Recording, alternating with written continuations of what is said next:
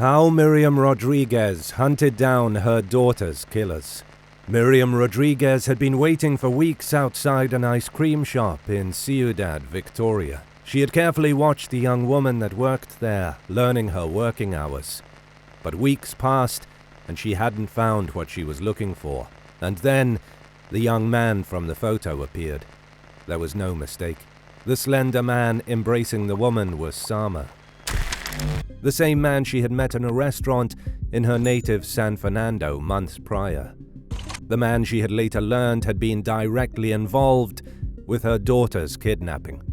This would be the first breakthrough in Miriam's incredible search for revenge and closure, a search that would pit her against one of the most violent and powerful cartels in Mexico, a pursuit that would inspire her whole town, that would make her a grassroots activist in Mexico's ongoing national conflict with cartels and corruption, a chase that would end in her tragic death, but not before she finished what she started.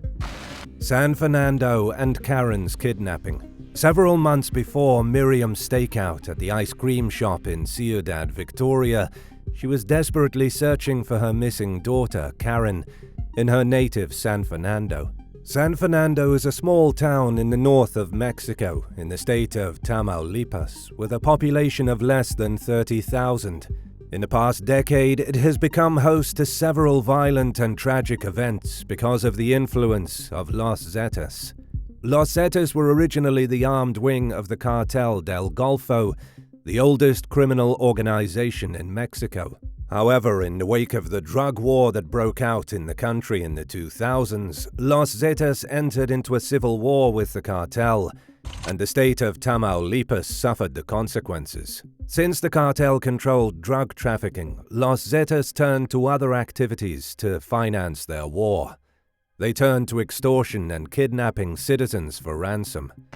One of the victims was Karen Salinas, Miriam's daughter. When Karen was taken and the kidnappers contacted the family immediately gathered the money and paid to get their daughter back. Karen's father awaited at a local cemetery for her daughter to be released, in vain. Miriam, desperate, asked to get a meeting with the cartel to try to find another way to get her daughter. To her surprise, they agreed. That would be the beginning of her quest for retribution. In a small restaurant in San Fernando called El Junior, she met a slender young man that went by the name Sama. Sama claimed that the cartel did not have her daughter, but then offered to help Miriam find her for $2,000 pesos, about $100 US. Miriam paid, and throughout the next few weeks, she also paid small amounts several times to cartel members, promising to find her daughter, but nothing came of it. But that would not stop Miriam. Even though she had started to lose hope of finding Karen alive, she still needed to find out what happened to her. She spent hours and hours on Facebook, searching for Sama online. After a few weeks, Miriam found a picture which tagged Sama with his arm around a girl wearing the uniform of an ice cream shop in the neighboring Ciudad Victoria. She had a lead. Miriam's quest for retribution. That's how Miriam found herself following the couple in Ciudad Victoria, trying to find out where they live. She located their house, but to involve the police, she needed their real names. So she hatched an audacious plan. Miriam grabbed an old uniform she had from a low-level position at Mexico's Department of Health, manufactured a convincing ID, and printed questionnaires to be filled out. She would pretend to be a census worker to get the information she needed. To ensure Sama would not recognize her, she cut her hair short and painted it crimson red, and then she went to every single house on the block. She got the info and went to the police. She tried every level of government and was refused help. When a policeman finally heard about her and decided to help, Sama had disappeared. But Miriam would get a lucky break some months later, and the policeman would be ready this time. On September 15, 2014, the day Mexicans celebrate Independence Day, Miriam's son, Luis, was in his shop in Ciudad Victoria. While Luis was about to close shop early to attend the festivities, he noticed a young, slender man browsing hats in his store. It was Sama. Luis closed up and carefully followed Sama while calling his mother. Sama was arrested in the central plaza. While the police interrogated Sama, Miriam's show of kindness while noticing he was hungry would open him up to collaborate with the investigation. When the police asked Miriam why she had shown compassion, giving food to one of her daughter's kidnappers, she replied, "He's still a child, no matter what he did, and I'm still a mother." With Sama's information, the ranch where the kidnappers had operated from was raided, and several bodies were found.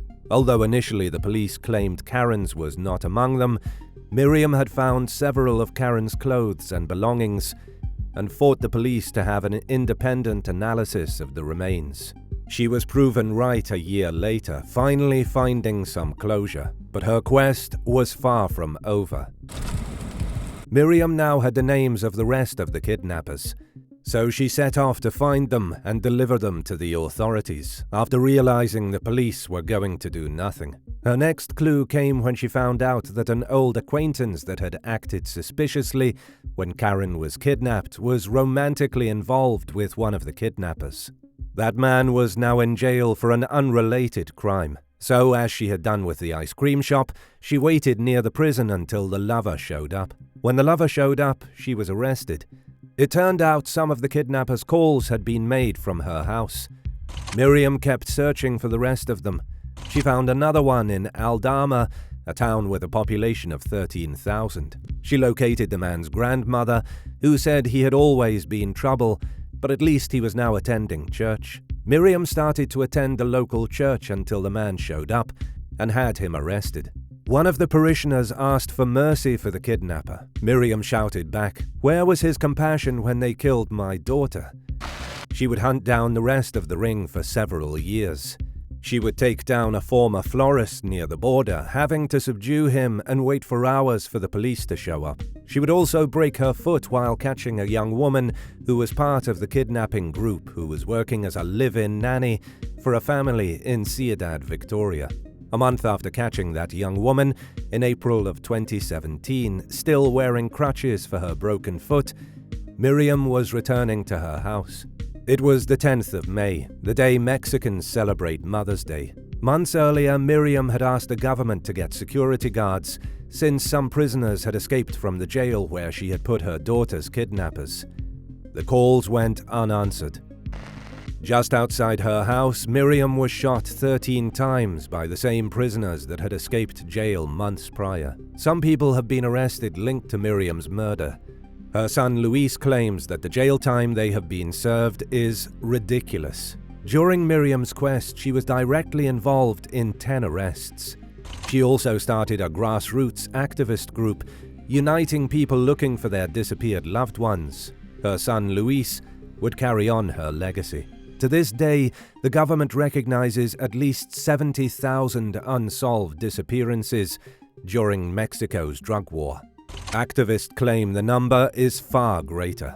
Thanks for watching Bad Things. If you enjoyed this story, be sure to like and subscribe, and check the notification bell for our future videos.